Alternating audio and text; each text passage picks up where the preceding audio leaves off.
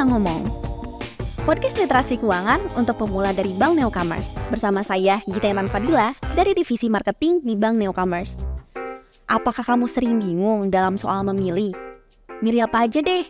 Sesimpel mau makan apa hari ini, mau lanjut streaming seri yang mana, sampai bingung juga buat milih bank buat tempat nabung. Memang sih, lumayan banyak pertimbangan saat kita akan memilih bank. Tapi sebagai nasabah, biasanya kan ogah rugi. Pasti maunya cari bank yang memberikan banyak keuntungan buat nasabahnya.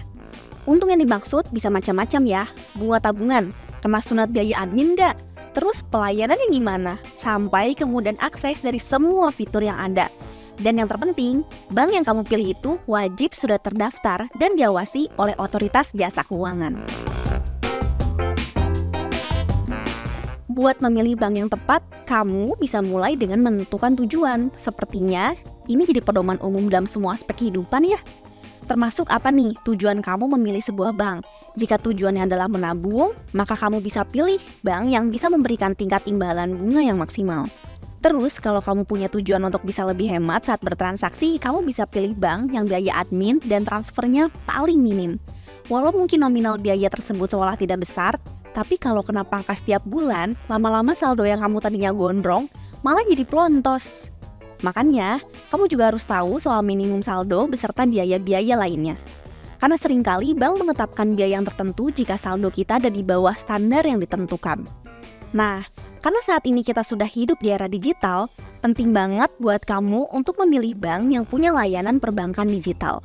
Supaya kamu bisa bertransaksi mudah dan aman secara online, bukan cuma online dalam hal setor dan transfer loh, tapi juga berbagai fitur pendukung lain yang juga dijalankan secara online.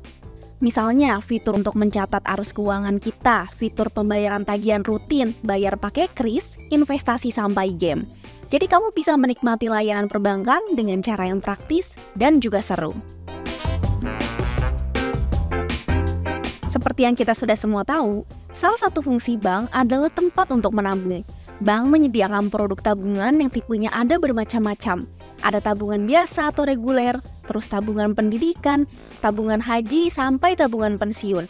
Ada juga jenis tabungan berjangka, yaitu dana yang disetorkan di tabungan ini setiap bulannya. Sudah disepakati sejak awal. Begitu juga dengan target tabungannya. Tabungan berjangka hanya bisa diambil pada saat tertentu sesuai kesepakatan. Terus ada produk bank yang disebut dengan deposito, yang termasuk ke dalam produk investasi. Dengan deposito, kamu bisa menyimpan dana dalam jangka waktu tertentu, dan dana yang disimpan itu gak bisa kamu ambil sesuka kamu, karena baru bisa ditarik saat jatuh tempo sebelum kamu menyetor dana di deposito.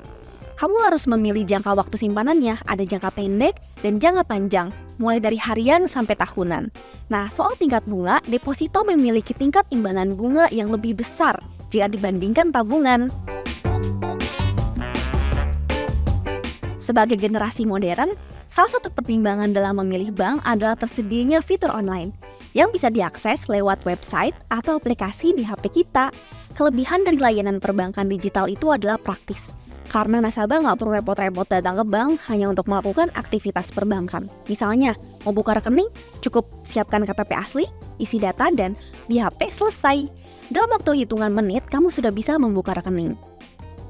Dengan layanan perbankan digital, kamu juga bisa cek saldo, melakukan transfer antar bank, tarik tunai tanpa kartu, sampai investasi. Semua cukup kamu lakukan lewat HP kamu. Gak kenal siang atau malam, hari biasa atau akhir pekan, semua urusan perbankan kamu bisa tetap jalan. Kalau kamu merasa podcast ini bermanfaat, please like, subscribe, dan nyalakan tanda loncengnya buat kamu yang menyimak di YouTube. Boleh juga kamu share ke keluarga atau teman-teman kamu yang mau belajar tentang literasi keuangan untuk pemula bersama Bank Newcomers. Saya Gita Intan Fadila, terima kasih buat atensi kamu.